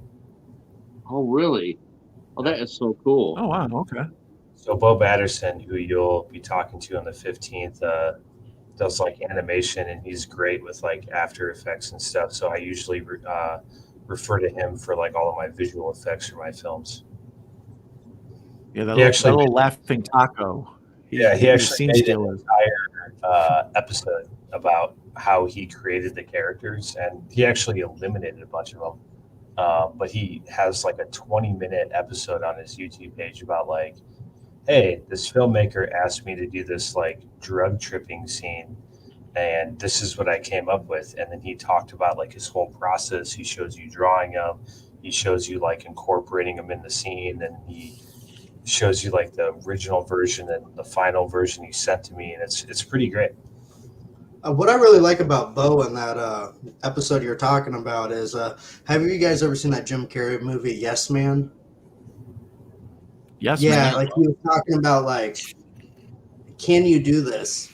And to himself, he's like, I know that I've never done it before, but yes, I can. I thought that was really cool.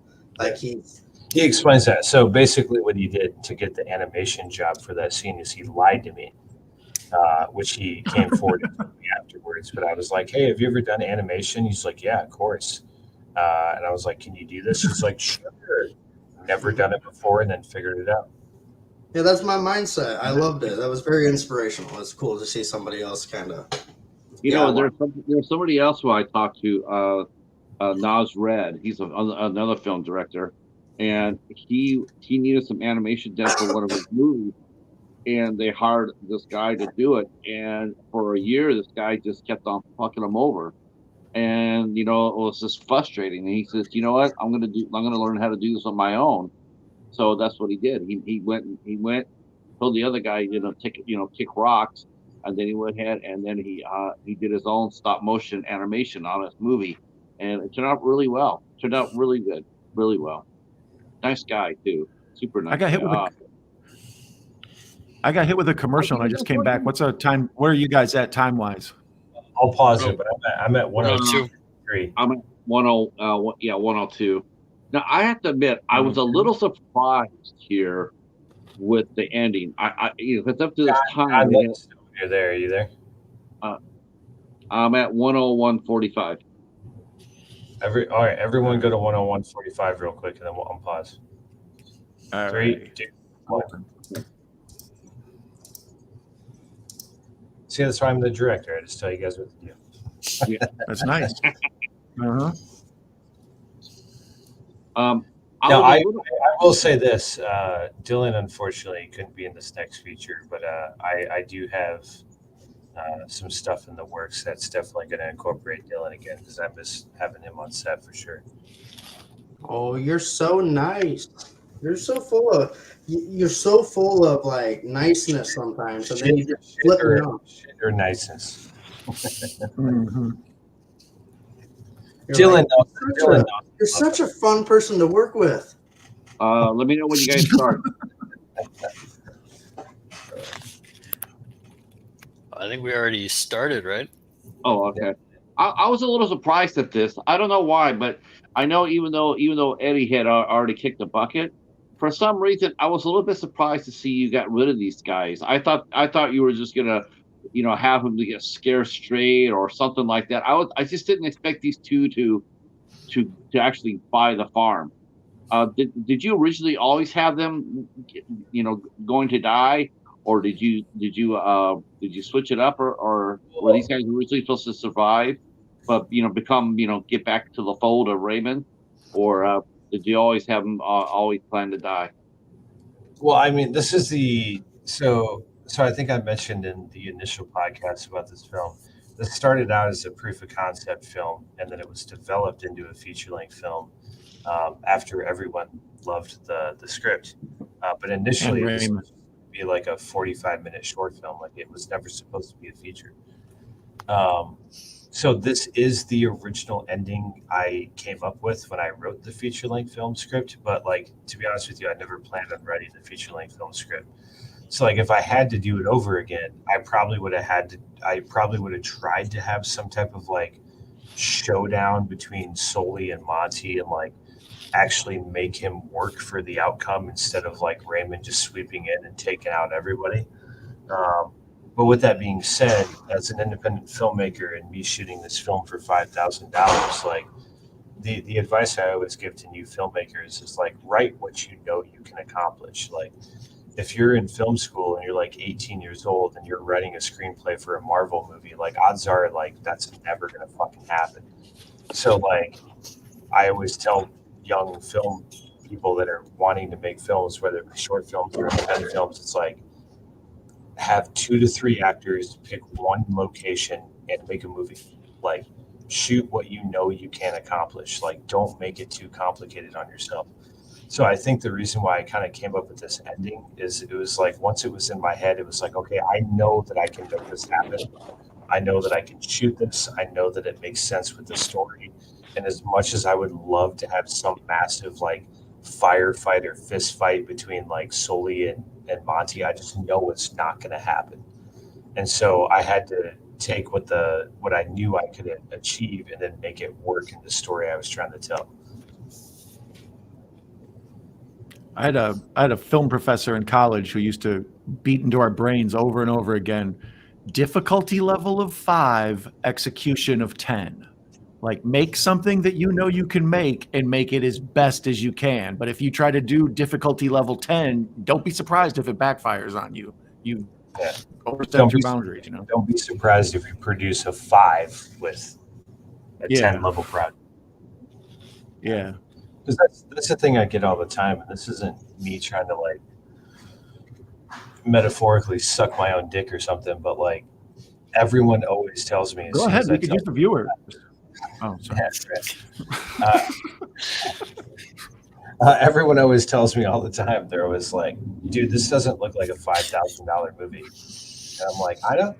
Oh no! I was like, it's because the team I had were all professionals. They're all fantastic. And like we shot this movie on Sony A7 IIIs. Like it's not like a big cinema camera, like an RE or a Red or anything like that. But like we knew what we were doing. Everyone in their positions are the best in the state at doing that. And like we kept the storyline simple. Like it's realistically it's only like 3 or 4 locations. That's it. Yes, it seems like there's a lot of characters, but like they repeat enough where it's not a whole lot of characters. And so like, yeah, it's just like, it's one of those things where it's like, write what you know you can accomplish. Like my first ever short film I did was between 2 guys in a car. People compare it to like that Jamie Foxx, Tom Cruise movie, Collateral. And I was like, okay, all I got to do is shoot 2 guys in a car and I'm fine. It ended up being quite a massive process because of COVID and everything else when we were shooting it. But the first film I ever did was like, what's easier than like shooting 2 guys in a car? And like, that was the first film I ever made. Why? Because I knew when I was in film school that like I could easily get away with shooting 2 guys in a car. And that's what I did. So it's like, I know it sounds boring, like, but like you're gonna have a better final product than like Don pointed out. Like don't take a 10 level project and try to shoot it because you're gonna end up with like a level 5 outcome. Like take a level 5 project, shoot it the best of your ability, and you're gonna end up with like a level 10 outcome. Like we're not gonna be like overnight sensations like Tarantino. Like I mean, yes, he is amazing and I'm very much influenced by him, but I understand that like I'm not as good as he is. Like I have to work for it, and most of us have to work for it. Like you're not just going to get famous overnight. Like yes, that shit happens, but it's very, very, very, very rare. The way I like to put it is like in military talk, right? So I was in combat arms, so they say the 1% of the army is in combat arms, right? Basically think of that as like in filmmakers, right? So like the 1% of filmmakers are actually doing it at a professional level, but then the 1% of the 1% are your Steven Spielbergs, your Tarantinos, your James Camerons. Like it's very, very hard to get into that 1%. So be smart. Hit the easy button, guys. No, this part I was saying it reminded me of Pulp Fiction, where they're at the diner at the end here, and then specifically with Ducky with the bacon, it reminded me of the whole "I don't dig on swine, man." You know? this is why I got to give a shout out to Dylan Ford, because he actually blew my fucking mind. I'm going to say this right now. Dylan's a vegetarian. When I shot this, I did not know that. And literally, so here's the funny story. One, this diner is closed. It's all extras, obviously. So I got off work early because I was like, okay, we're supposed to shoot at 10. I'm going to go into work a couple hours, and I'm going to go home and get ready. If you would have told me as a filmmaker that I was going to be sitting there cooking like 12 eggs for like all the extras as like a director, I would have never believed you, but like that's independent filmmaking for you. So like I literally was cooking eggs and bacon for everybody, which I never thought I'd be doing. But I was like, well, I guess I'm making fucking eggs for everybody. So the only question I asked Dylan was, I was like, how do you like your eggs? And he's like, I like them runny. Perfect. I got you. I don't even know what it's called. I just runny. Sunny side up, right? He's like, I like them runny. Okay. So I make all the eggs runny just in case Dylan has any of those eggs on his plate, right? But what I didn't realize is that Dylan was a vegetarian. So I put the bacon on the plate, and he's like, hey, man, like I didn't even think you actually told me at first until after you had done the scene. But he's like acting with the bacon. He's like shushing Bryce with it. He's like eating it. And afterwards, he was like, hey, man, I want you to know that that's the first time I've had meat in like 5 to 10 years. And I was like, what are you talking about? He's like, I'm vegetarian. I was like, why did you eat it, dude? Like, you didn't have to eat it. We're on a budget. We can't get vegan bacon. Well, not even that, but this is Bryce's quote, which I fucking remember to this day. He goes, well, just because I'm a vegetarian doesn't mean Ducky is. Ducky would want meat. And I was like, all right, man, like, you're it, dude. Like, you're in my book like a true professional actor after that quote. So all right, that is the movie. The movie is You Should Have Killed Me has ended. I really want to say thank you to everybody who came out for this. This was a lot of fun. We heard a lot of good fun stories about the movie and in the making of it. I really do appreciate Michael and Dylan for coming out and hanging out with us, and I really do appreciate, of course, Larry the Cat Dad and the Mighty Don Zombie. Yeah. Thank you for coming out and hanging out with us. Everybody gets a sloppy hand heart for that. We will be back. Michael will actually be back on the 22nd of May. He will be part of the panel for the Wicked Ways of Webster County. I think I said that right. I'm trying to point at Don. It's backwards. Why can't I do this? We struggle with this every episode. You should see Larry and I high five. It's terrible. We will be here at 8 o'clock on the 22nd.